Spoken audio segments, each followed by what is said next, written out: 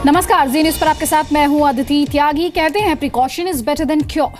हिंदी में अगर इसे कहें तो इलाज से बेहतर है एहतियात बरतना। यानी ऐसा कुछ किया जाए कि बीमार पड़े ही ना और इलाज के लिए भागने दौड़ने की नौबत ही ना आए। मतलब साफ है, बीमारी से बचाव के तरीके अपनी जिंदगी में उतारे जाए। घरेलू नुस्खे हों या फिर छोटे मोटे उपाय, क्योंकि घरेलू नुस्खे और उपाय ना सिर्फ हमें बड़ी बड़ी बीमारियों से बचाते हैं बल्कि हमारे और आपके इम्यून सिस्टम को भी मजबूत, स्ट्रॉन्ग बनाते हैं। इससे हमें डेंगू, चिकनगुनिया और वायरल बुखार जैसी बीमारियों से लड़ने की ताकत मिलती है, खासकर बारिश के मौसम में, और वो भी अगस्त से लेकर अक्टूबर के बीच के 3 महीनों में, जब ये बीमारियां लोगों को सबसे ज्यादा परेशान करती हैं।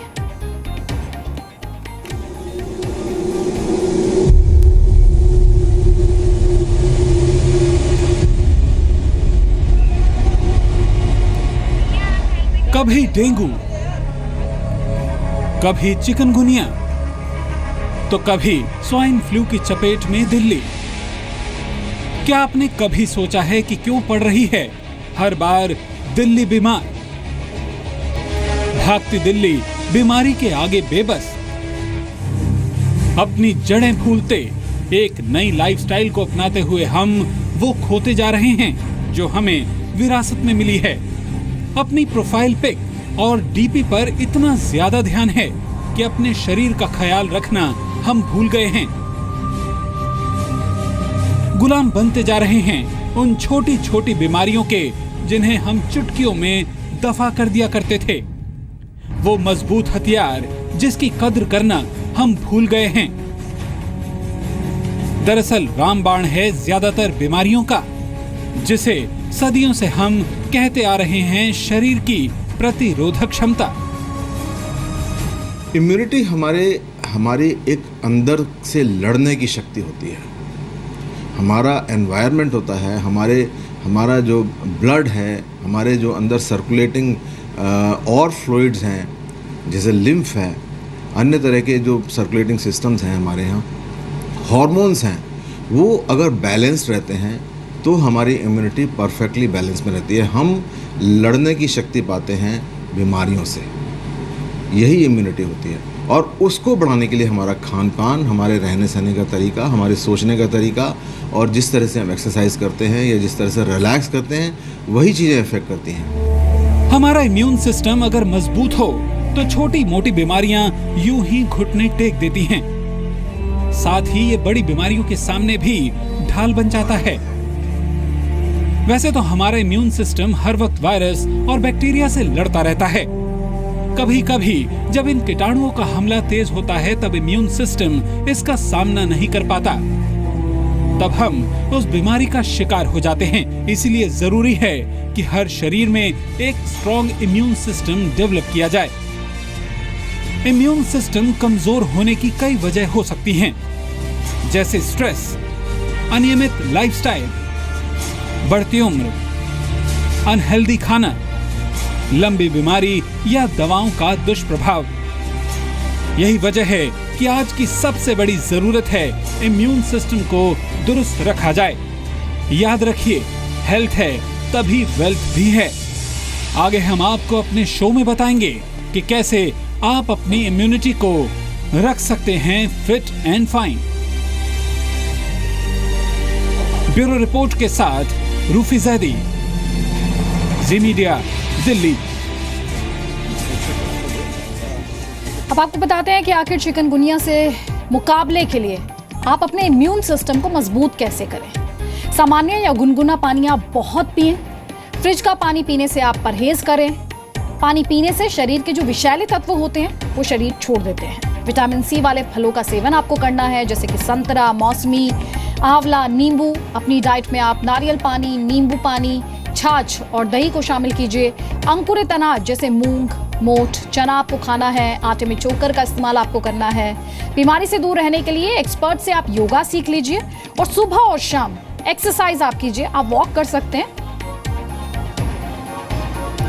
योग और आसन के जरिए शरीर में रोगों से लड़ने की ताकत को तेजी से बढ़ाया जा सकता है। चिकनगुनिया और डेंगू जैसी बीमारियों से बचने और उनके असर को कम करने के लिए योग बेहद फायदेमंद है। योगा एक्सपर्ट से जानिए इम्यून सिस्टम को बढ़ाने के टिप्स। देखिए रूफी जैदी की रिपोर्ट।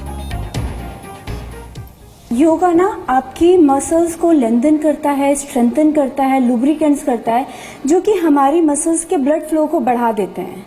जब हमारी बॉडी का ब्लड सर्कुलेशन इम्प्रूव हो जाता है तो वो डेफिनेटली हमारी इम्यूनिटी को इंक्रीज कर देता है।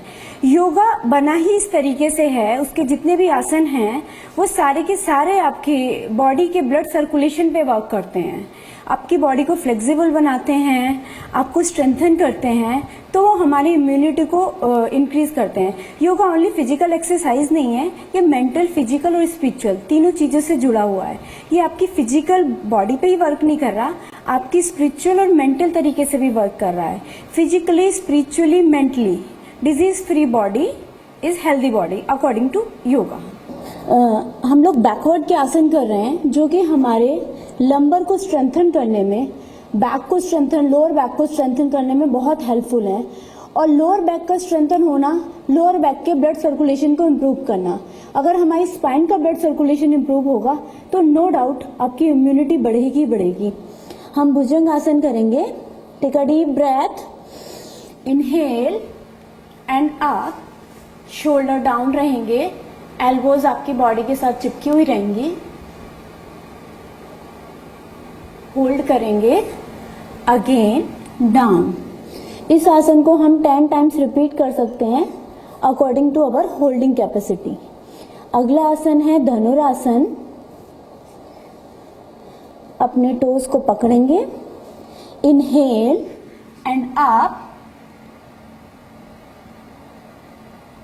According to your holding capacity. Hold करेंगे। ये आपके लंग्स के लिए, आपके हार्ट के लिए, आपकी बैक के लिए, तीनों के लिए बहुत अच्छा है। प्लस जो आजकल एक कॉमन प्रॉब्लम हो गई है, स्लिप डिस्क और लोअर बैक प्रॉब्लम, उसमें ये बहुत हेल्पफुल है। अगेन हम कैमल पोज करेंगे। ये भी लोअर बैक के लिए प्लस लंग्स के लिए, आपके हार्ट के लिए बहुत अच्छा है। Inhale and hold. धीरे से वापस आएंगे। डन। आप इसके भी 5 रिपीटिशन डेली बेसिस पे कर सकते हैं, बहुत ही साधारण आसन है। नाउ आई एम डूइंग जानु शीर्षासन। Straight your leg, straight your spine, take a deep breath, exhale and touch your chin. Again दूसरी लेग से करेंगे। straight your spine, take a deep breath, exhale and touch your chin. इसी का हम variation करेंगे। Paschimottan. Same, straight your spine, take a deep breath, exhale and touch your chin. हम कोशिश करेंगे कि हम लोअर एब्डोमेन से बेंड करें ताकि हमारे बैक पे स्ट्रेन ना आए। डन। दिल्ली में पिछले 4 साल के सितंबर और अक्टूबर के आंकड़ों को देखें तो इस साल भी डेंगू और चिकनगुनिया का कहर दिल्ली पर बना रहेगा। मलेरिया और डेंगू के ज्यादातर मामले सितंबर और अक्टूबर के महीने में ही होते हैं, यानी इस बार भी दिल्ली पर डेंगू और चिकनगुनिया का खतरा बना हुआ है। भूले नहीं, 6 लोगों की चिकनगुनिया से मौत भी हो चुकी है।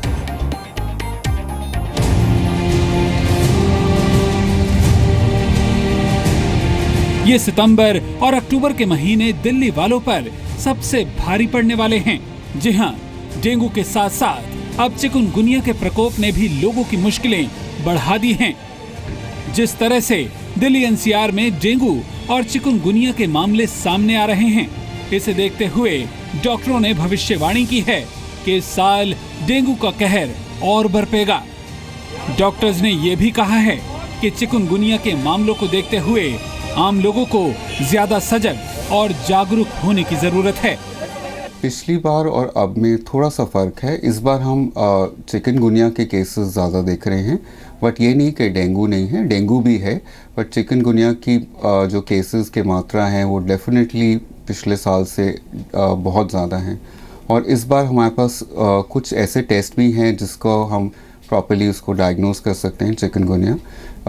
जो एक टेस्ट है PCR फॉर चिकनगुनिया, उससे आराम से डायग्नोसिस हो सकता है कि ये चिकनगुनिया है कि नहीं। चिकनगुनिया का वायरस एक बार फिर से दस्तक दे चुका है। हर गली, हर मोहल्ले में इससे संक्रमित लोग देखने को मिल रहे हैं। अगर आप अभी तक इस बीमारी से बचे हुए हैं और आगे भी बचे रहना चाहते हैं, तो इस बीमारी और इसके लक्षणों के बारे में जान लेने में ही आपकी भलाई है। चिकनगुनिया वायरल बुखार है।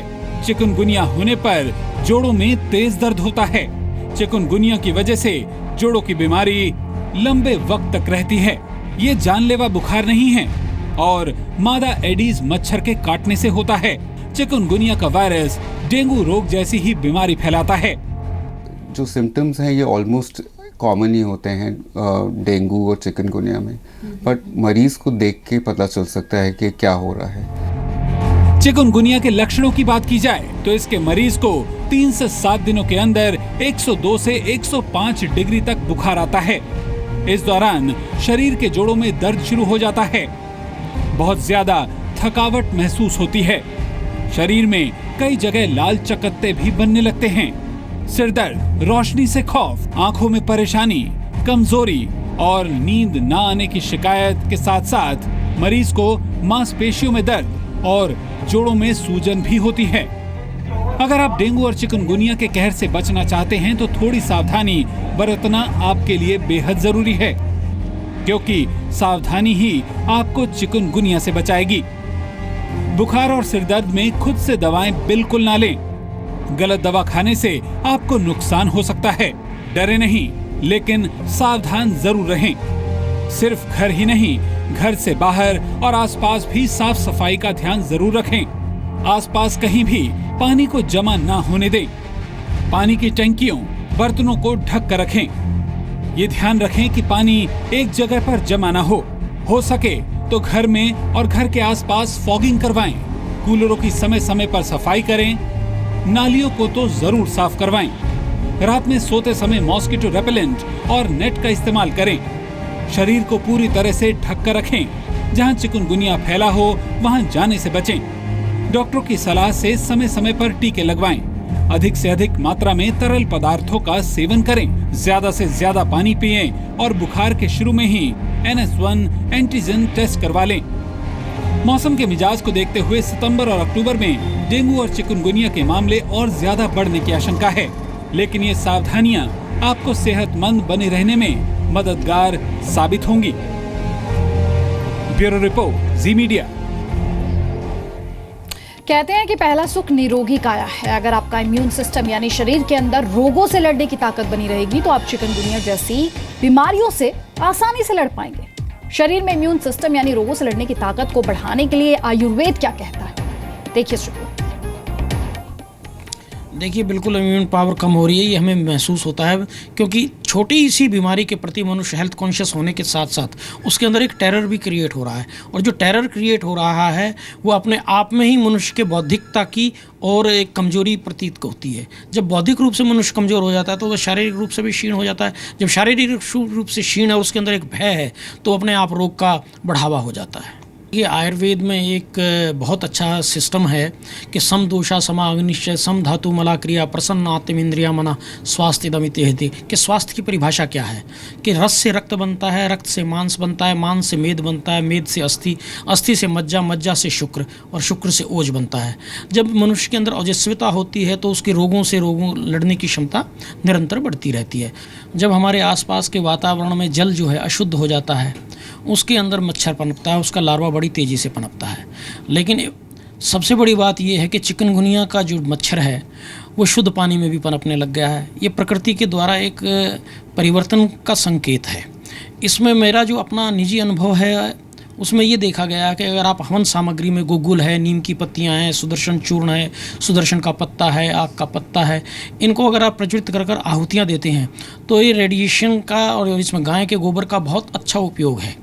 अगर हम इसके माध्यम से हवन करते हैं तो उस घर और उस परिधि में मच्छर नहीं पनप पाता और चिकनगुनिया और डेंगू नहीं हो पाता। योगा कीजिए, आप आयुर्वेद का सहारा लीजिए, लेकिन ये सब करने से पहले अपने शरीर को भी अच्छे से समझिए।